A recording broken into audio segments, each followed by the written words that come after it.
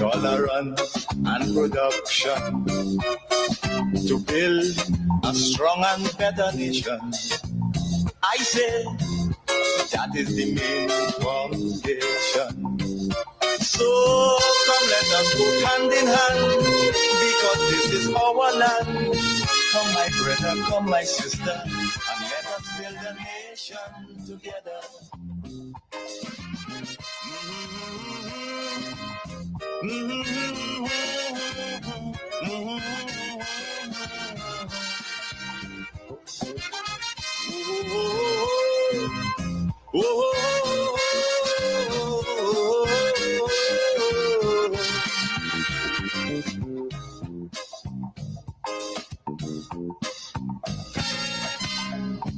This also goes for every Trinbagonian who want to live in a foreign land. Now is the time to come home and do something, instead of staying out there and freezing. Yes, indeed. Now is the time to build. Now is the time to transform this place we call home. This is our home, and we must consistently do things to enhance it, to better it, not just for the occupants now, not just for the people who are here now. We are making it better for our children and children. So we are futuristic. We want down the road for there to be betterment for them. You know, they never taught us about generational wealth. They never taught us about money management and that kind of stuff. But this generation is actually implementing the strategies, the techniques to make sure that there is generational wealth. So your children and children will not go through the struggles, the hardship, like you, like your mother or your father or your grandmother or your grandfather. You want to make it easier for them. So they should find at least a piece of land. They should find at least a house. They should find at least assets, things that they can, or cash, or, money and that kind of thing that they can start off with. It shouldn't be as hard as what you experienced, right? And also money management, managing what you have. That's key to teach your children that. But I'm saying all of this to say we need to make it better for our children and children. And they will take it from there, right? They're going to thank you. They're going to praise you. They're going to look back at your photos and say, this is or was my grandfather or my grandmother or my mother or my father, and they did X and they did Y, and I'm thankful and I'm grateful to them for laying a solid foundation so I could actually take off. Folks, I want to encourage you, those on Facebook and YouTube, please share the live. Sharing is caring. I want to start off in terms of the meat of this morning's conversation. I want to start off by saying sometimes we need to be very careful. All of us, and especially those in talk radio who supports or who support a political party. We have to be very careful. The news came out about the Nigerian businesswoman, and the NNP, man, they jump on the thing. They gave the Grenadian people the impression that the NDC was at fault. And it's this government who did X and did Y, because our beloved Prime Minister visited Nigeria He is friends with billionaires and well-known people in Africa. We saw the president of Ghana visit Grenada. We saw Africa's richest man, according to Forbes magazine, Dangote, visiting Grenada. And we see a number of, things happening within the region. All right? But here it is. The NNP, surrogates and pundits and so on, try to give the Grenadian people this idea, this false idea that there is something fishy here. And this woman is under investigation and so on. And, and they try to paint a bad picture of the CBI, the CBI program. And then when the evidence is placed on the table, the Grenadian people are discovering that this lady was given citizenship by investment under the NNP. So it was the NNP that approved her citizenship and that signed. It was the former Prime Minister who signed her citizenship certificate, giving her citizenship. So it was not the NDC. It was not the most honorable Deacon Mitchell. But here it is. I am not saying that this lady did anything wrong, because in Nigeria, if you don't know, there is a lot of politics. All right? A lot of politics going on. And if you support this party and the other parties in power, they can send the authorities after you. And of course, it will make the headlines if you're a billionaire, if you're a millionaire, if you're but that doesn't mean to say the person is guilty, because you could be accused of something, even charged. So I give you a typical example.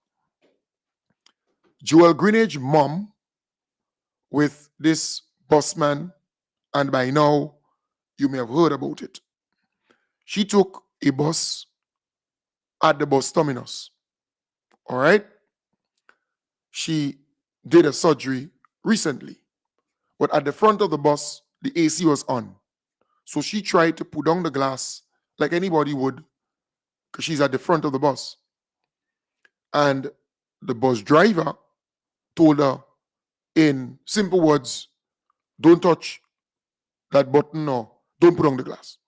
All right? You can't put it on because you can't pay for it if you spoil it. And what's that effect? So the bus took off onto Vincennes. When the bus, reached certain streets, St. John Street and so on, tit for tat. She, the bus driver, tit for tat. You tell me something, I tell you back, because to every action, there is an equal reaction. So she asked to drop. He refused to drop her. Old Fort, Lucas Street, all the way up. Then he took his cell phone, called the St. Paul's police station, and, while driving, used the cell phone. That again is an offense. But anyways, when he reached in the St. Paul's police station, stopped the bus and brought the goodly lady to the police station. It's clear he arrested her, right? So he arrested her and she was placed in the cell. So he claimed, well, it's the police in the police station who arrested her, but you stopped the bus and you did what you're supposed to do. Claim he's a police and so on. Then it was discovered he's indeed a police. So she was charged, but you cannot be a police officer and driving a bus like this, collecting money and that kind of thing. Can be both ways. All right. So he got a good dress down in the court. I mean, the magistrate didn't play with him. All right. But she was found not guilty. But before she was found not guilty, she was charged. So the news is that she was charged. So I use that example. And mind you, I am not pleased with what I'm hearing. You know me. I have been defending the Royal Grenada Police Force because I believe the police, they're doing a fantastic job under the leadership of Connaught. But from what I understand, with this same case and this same matter, this goodly lady went to, because the police was doing an internal investigation, right? They would do their own investigation when you make a complaint. So she went to CRO, right? The Community Relations, CRD or something like that, Community Relations Department or whatever. And she made that complaint. So she went to get the findings, the findings. And when she arrived there, the police at that department is trying to intimidate this woman, which is very sad. Using words to the effect, well, the lawyers go eat your money, don't follow up with the story, forget that. If you continue with it, you could be charged further. She can't be charged again for this matter. So all this bull, this cock and bull story and all this rubbish. But it says something that they would seek to intimidate you. And because right now, the state will be sued by this goodly lady, and that I know, for wrongful arrest, false imprisonment, and kidnapping, because they kidnapped the woman. Right? She asked to be dropped. Drop her. You drove the woman all the way up that side, then you place her in a police station, in a cell. You see the point? But anyways, the state will be sued. But they intimidate this woman at the Community Relations Department. And I found it rather sad, because I have always defended the police here, because I think the majority of police officers are good police officers, doing a very good job, a fantastic job. But you don't do that to people. That's the first time this lady ever went to a court. She doesn't know anything about the court system, but you seek to intimidate her. Right? So, come on, she won the case. She was found not guilty. Now she's suing the state. Let the lady do what she has to do. Don't seek to intimidate her. But anyways, I made that point to kind of connect the thing to the Nigerian situation. So she was found not guilty, this lady, right? As Joe's mom. The Nigerian woman, you could be on the investigation, but she never committed a crime. She was never arrested or charged for a crime. You could be wanted for questioning you. And with the political atmosphere in Nigeria, if you don't support this government or this governor or this senator or this person who is in charge, then there's a great probability that they're going to go after you, they're going to come after you, right? That's kind of common sense. But anyways, the NNP made a big fuss over this thing, this Nigerian woman. And I said, but what's going down? If a person has a citizenship by investment, it can be revoked. It can be revoked. The passport could be recalled. These things are not rocket science. All right? But the NNP beat up on the thing for weeks, for days and days. They beat up on the thing on their programs. All right? Man, is what they NC. Is what they NC about this thing. So people thought, well, it seems as though the NDC who gave this lady citizenship and so on. Prime Minister dancing and all kind of things. Sheldon Scott, that's the main. So there is some sort of relationship apparently. Program. When the Prime Minister traveled to Nigeria as well, she was one of the people that introduced him Dangote, and there's all this sort of back and forth. So the Prime Minister well knows who she is, and she well know who the Prime Minister is, and she's carrying a Grenadian passport, and the Nigerian authorities are looking for her. I don't know anything about her being here in Grenada. I don't know about that. Yeah, if she's here, I would have believed if she was here in Grenada that the Grenadian government would do the right thing. But the thing is, the Grenadian government is remaining silent in relation to this issue, and as such, people are left to speculate. People are left to speculate in relation to this thing. Because look, this is a story out of, and I'm just playing it for what it's worth. This is a story out of Nigeria in relation to what took place, that apparently they raided a home. And I'm not saying, again, let me make it clear, I am not saying that the lady is guilty. But if this was different just a few years ago and this had happened under the NNP, the same people that jumping up trying to defend right now, and they have no foot to stand up on. The same people who jumping up and trying to defend right now are the same people would have been attacking the news. Right, good. So, you know, the NNP flagship program, the guy talk a lot of nonsense. Then there are other programs that are anti-government. And again, boy, they beat up on the thing, And then we discovered that this woman got her CBI approved citizenship and passport and so on under the NNP. Who visited Grenada, I think it was last year, and she has been accused of needing to attend some court element in Nigeria. Could you throw some light on that? It is alleged that she has a CBI passport, Grenada CBI passport. Could you throw some light on that? Right. Well, let us not say she has a CBI passport, because Grenada only has one passport.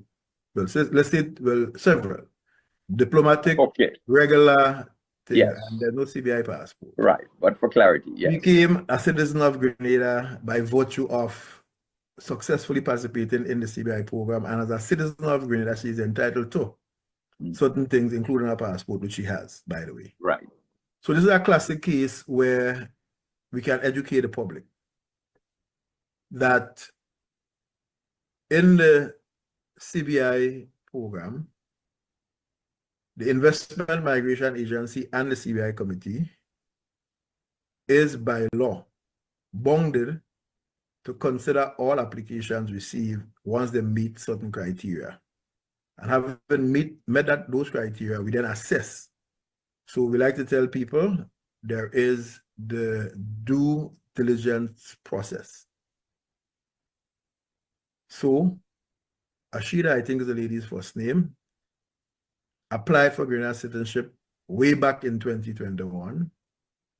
She went through the process like every other applicant in 2021. And the following things were established. One, she did not provide false information on her application.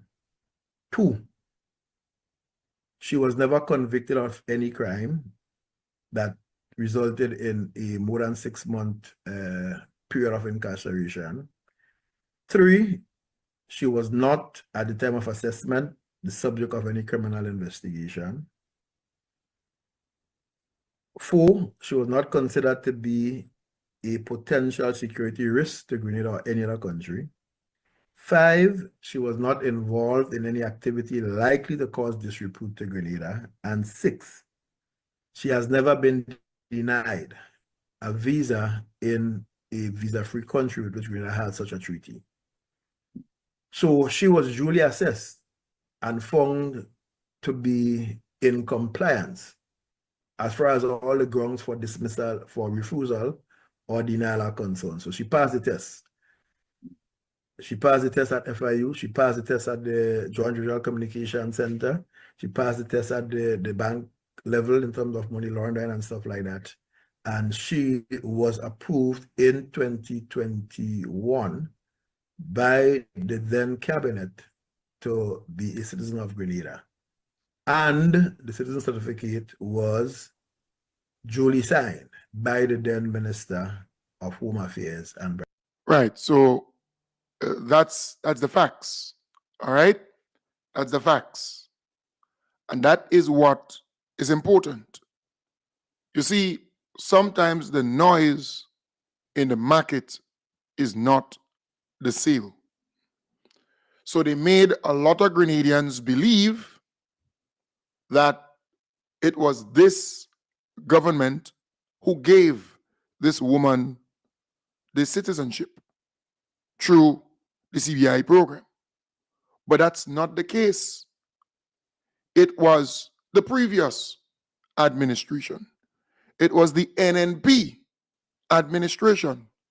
But I don't care which administration she got that CBI citizenship or passport under. I don't care about that. Because she has not committed a crime. She has not done anything wrong to date. Because anybody could be wanted for investigation, questioning, interrogation. It's what it is. Nothing is wrong with that. Something could happen, or I could be accused of something, and I could be wanted for questioning. Does that mean that I committed a crime? Does that mean that I did something wrong? No. But you know what's amazing with all of this? It's just the desperation on the part of the NNP. They just want to see something bad happen to Grenada, or some bad news to make the government look bad or terrible. But everything they tried so far coming back to haunt the NNP. Everything, all the bad things they put out there, when you investigate further, you realize it really and truly happened on the NNP. So it's an NNP thing. All right? It's an ordinary passport. She became a citizen under CBI, but under the NNP. So, look, this woman has not done anything wrong. She has not committed any crime. She has not been charged for anything. But you have to understand the different cultures. In Nigeria, a lot of things has happened. All right? A lot of things. And if a person does not support a particular party, they could be under investigation. And the news would read X, Y, and Z, just like there are people in Grenada. They charge them for something, and when they're found, so when they're charged, their faces all over the newspaper, all on the internet. But when they're found not guilty, they have to now go and pay that newspaper to do a little story saying that they were found not guilty. Because with social media and with the greed for power from political parties and so on, they would not see you as innocent until proven guilty. No, they would see you as guilty until proven innocent. It shouldn't be that way, but that is what it is in this modern day and age. The minute time someone hears something about you, or the minute time the police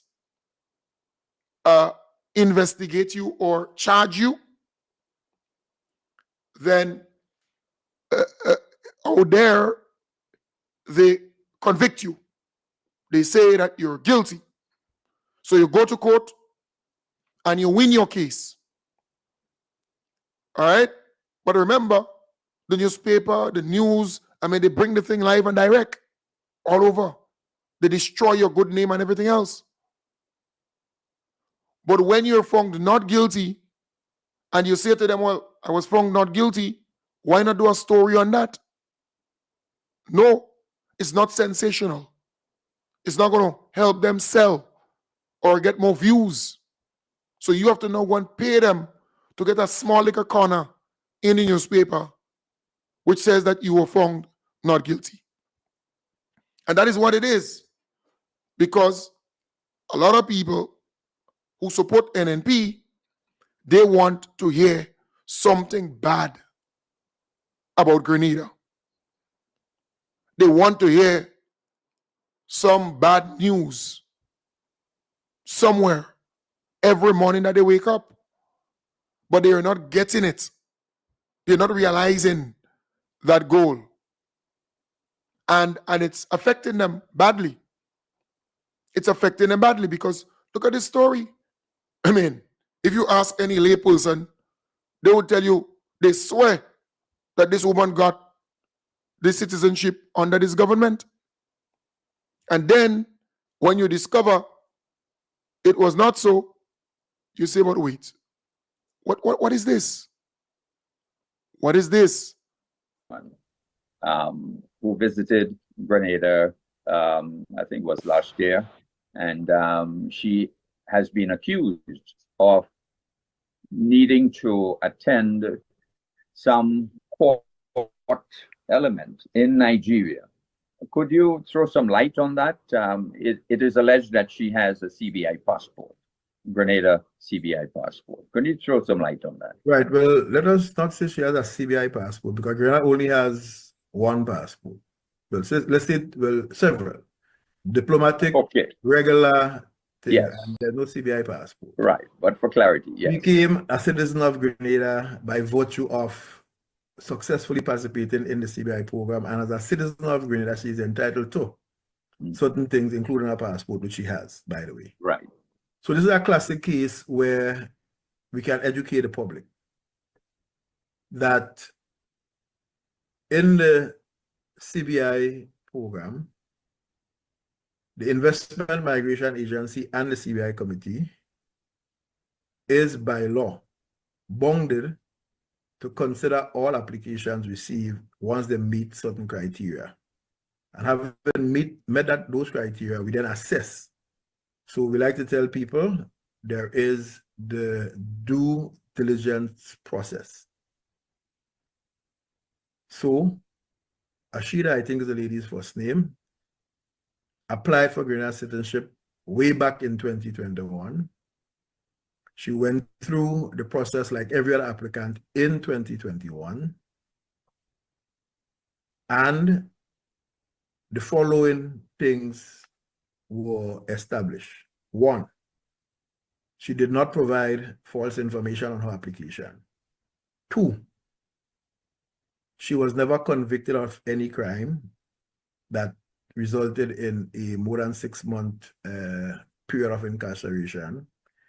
Three, she was not, at the time of assessment, the subject of any criminal investigation. Four, she was not considered to be a potential security risk to Grenada or any other country. Five, she was not involved in any activity likely to cause disrepute to Grenada. And six, she has never been denied a visa in a visa-free country with which Grenada has such a treaty. So she was duly assessed and found to be in compliance as far as all the grounds for dismissal, for refusal or denial are concerned. So she passed the test. She passed the test at FIU. She passed the test at the Joint Regional Communication Center. She passed the test at the bank level in terms of money laundering and stuff like that. And she was approved in 2021 by the then cabinet to be a citizen of Grenada. And the citizen certificate was duly signed by the then Minister of Home Affairs and Prime Minister. Right. So that's the facts. All right. That's the facts.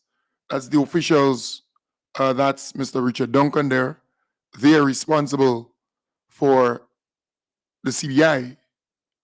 All right. or IMA. I'm saying, folks, over and over again, you are now in a better place to discern, to make a good judgment call when it comes to the information that flows from the NNP. Because they have always gotten it wrong. They always put out misinformation and lies out there. And it always comes back to haunt them. So you, being the public, you consume a lot of information. But you have to know where it's coming from. That's important. And the source. So more and more people are losing credibility, or they're losing trust in the NNP and their stories. That's important. When you're disseminating information, when you're communicating, you have to be truthful, you have to be factual, you have to be honest. Because over time, people will lose trust and credibility in the information that you're giving them. Because yes, once you could make a mistake, but twice, 3 times, I mean, that's a habit. That's a pattern on the part of the NNP. They're surrogates, they're pundits, they're goons, they're zygotes, they're sycophants. I mean, they always getting it wrong. Because you see, hatred could cause you to get it wrong always. You hate this government so much. You hate our beloved Prime Minister so much that you want to see bad things happen. And it's not happening for you. You're not fulfilling your objectives. But we are seeing over and over that you're being exposed. Because if you ask the ordinary Grenadian what they thought when they heard that story, they thought that this woman committed some crime, which is not the case. They thought that this woman got a citizenship under this government. They thought so. But that is not the case. But I want to make it very clear. Anybody could be under investigation. There are people who are under investigation and they don't even know. They don't even know. So it's not a crime to be under investigation. No. Because many a times they investigate. If they find in the investigation a crime was committed, then they will charge you, but you're still innocent until proven guilty. And that is a problem that the media has in this country. They would cause the public to convict you even though you were not convicted in a court of law. And you were never given due process. You were never given the opportunity to appear before a judge or a magistrate and to put a defense in or to state your side of the story. We have to be very, very careful because there are a lot of people we are destroying with that approach where you convict the person in the court of public opinion, and to repair that damage, it will take a lot. It will take a lot. So in the court of public opinion, you show this thing out there and you destroy the person. But when the person is found not guilty, you're not even doing a story to say, well, I did a story about that person in the past, and that person was found not guilty. And we wish the person all the best, and, in his future endeavors or whatever. You're not going to do that. You already destroyed the person. in the court of public opinion. And these days you have social media, you have so many mediums to do that. All right? But we have to be very careful. Because yesterday I was in the company of about 20 young people, young professionals, right? And two things came out. While I'm a good talker, I'm also a good listener and have a very good memory. I remember things donkey years, all right? And those young people, they were saying, Emlyn can't save the NNP. Emlyn cannot help the NNP. Emlyn is tainted goods. She doesn't have what it takes to lead a country, right? I'm talking about 20-something young people. And I know 3 or 4 of them who were vocal for NNP. And they're telling you straight up, Emlyn is not it. She doesn't have what it takes to lead a country. She doesn't appeal to these people. She's unattractive to the young people in the country. All right? And make it even worse, some of the people that they have to caretake or so in some of those constituencies, it's a big laugh. It's a big joke. This Christopher Diali Jr., I think is his name. This guy's not a people's person. This guy, who's this guy? I mean, he appeared on the scene now, but the guy is wed, even dealing with ordinary people. All right? The guy is clumsy where that is concerned. He can't relate to the ordinary people. And make it even worse, it's rumored that they want the guy to be somewhere in some constituency, I think, in the South, somewhere that they want him to, run for something or be involved in something or be the front of something or the face of something. I mean, we heard him on the NNP platform, and the youth this and youth that, but the guy he's not it. But the NNP will always be fighting to get some in-way or inroad when it comes to the Grenadian people, the electorate and so on. The people are seeing through them. So that emerge among that group, and that's a huge group to get a polling from or a sense as to where things are heading. All right? And the other thing is they're talking about the amount of opportunities, the amount of work, the amount of things that are happening for our people. That's young people observing these things. Opportunities upon opportunities flowing for our people, which is really great. So people are appreciating more and more the NDC, appreciating more and more the Most Honorable Deacon Mitchell, because he's doing a fantastic job. He cares about the Grenadian people. And the NDC cares about the Grenadian people. And it's showing up. We went up the countryside, and it's just applause, commendation. People are happy with what is happening. I mean, only NNP that's unhappy. There are some NNP supporters who are now understanding and seeing the thing, seeing the light. Let's face it, there are a number of them who are openly talking about these things.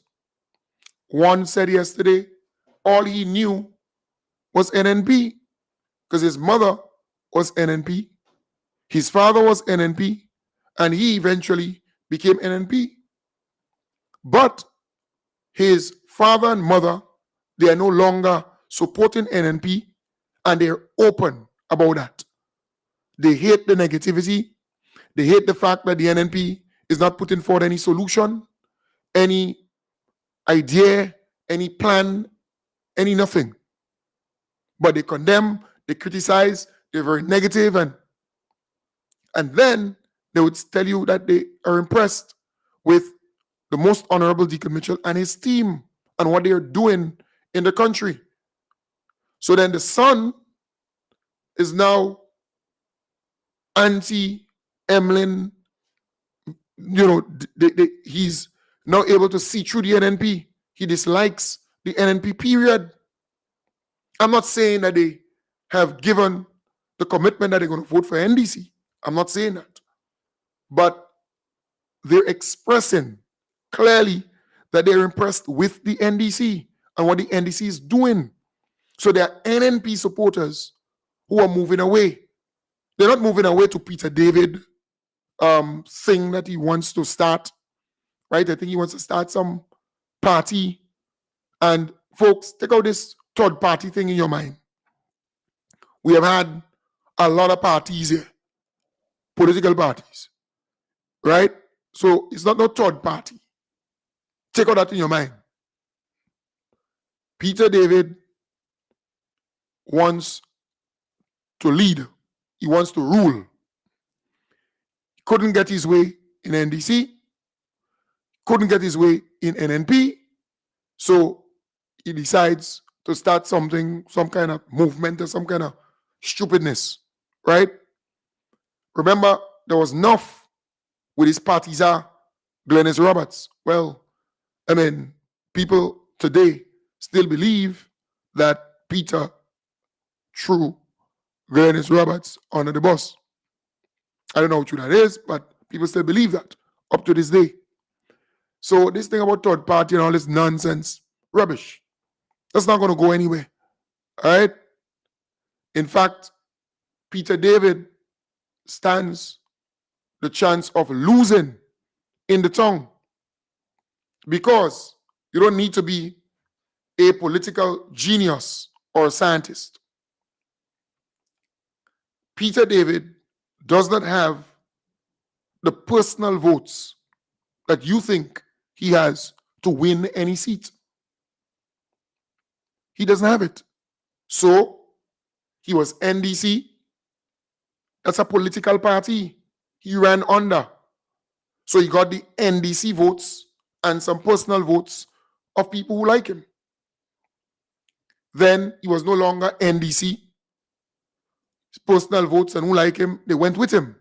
But the NDC block of votes remain NDC. And then he went to NNP. Again, it's a political party. So he had some personal votes and he had the NNP votes. So now he's nowhere and his personal votes is not enough to win that seat in town. You don't need to be a political genius to understand that. The tongue seat is a very small seat. All right? Very small.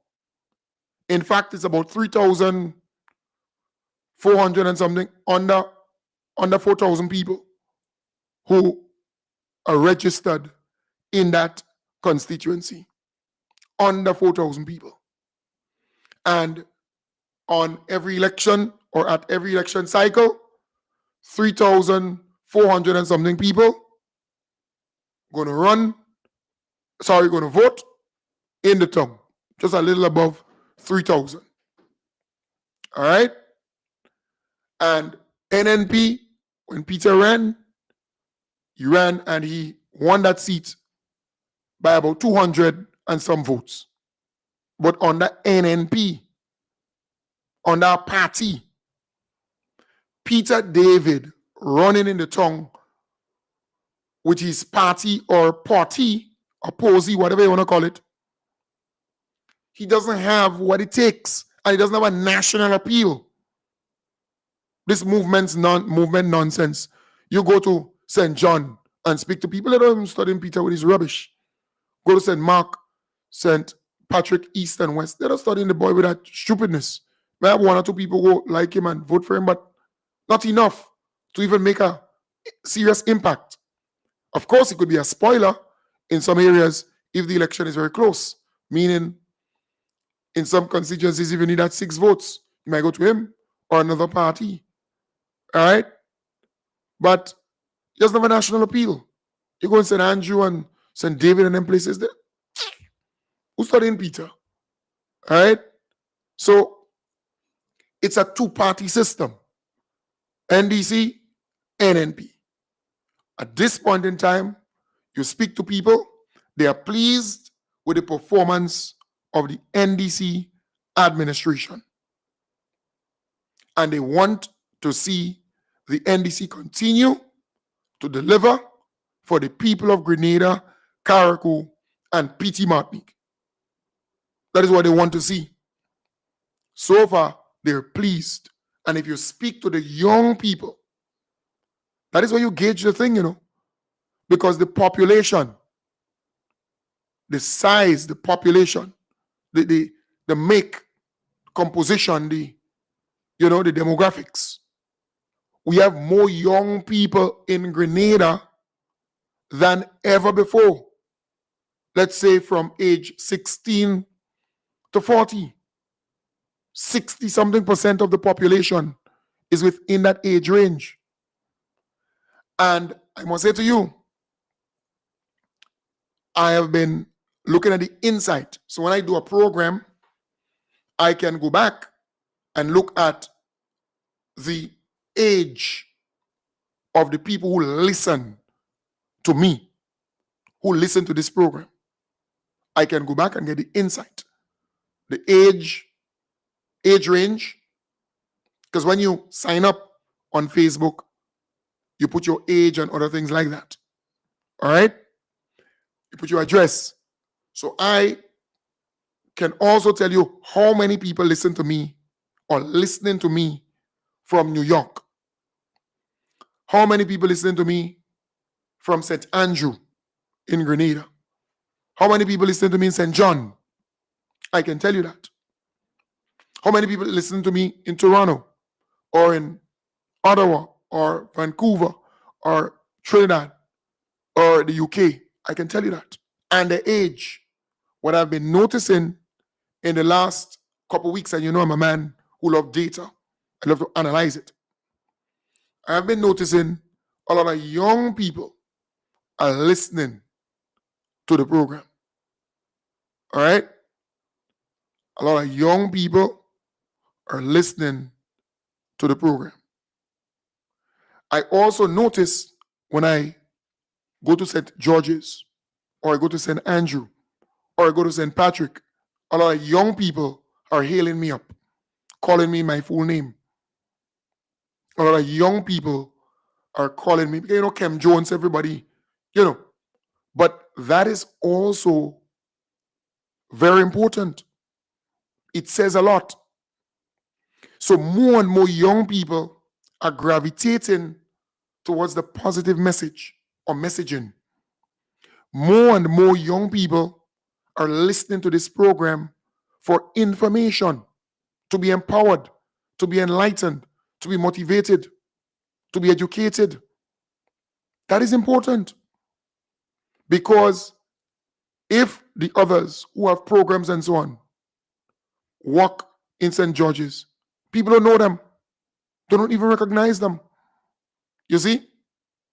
And you gauge, you get to know where you stand and how things are going and how people are, you know, pivoting or what direction they're going in terms of opinion, public opinion, on the politics, on the performance of the government.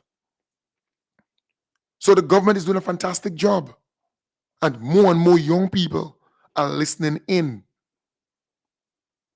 because they want to be empowered. They want to be enlightened. They want to know more. So kudos to the NDC. Kudos to the Most Honorable Deacon Mitchell and the team. Big up your whole self. Last night I saw David Andrew, right, out and about. He greeted, squad or the young men and women that I was with last evening. And that was really good. Really good. I mean, he bunked 1-2, a little Carib. And, you know, that was good. Being there and mixing and mingling with quite late. But that it says a lot that they're underground, they're, doing the work. Morning, noon, nighttime, they're doing the work. That is important. Folks, I want to wish you all the best. Have a wonderful day. I'll be back with you tonight in the hub. Yesterday, we had some internet challenges. That is why I was not on yesterday, Sunday from 1 to 2. But, that has been rectified. Thankfully so. So I'll be back with you tonight, starting from 8 in the PM. Have a wonderful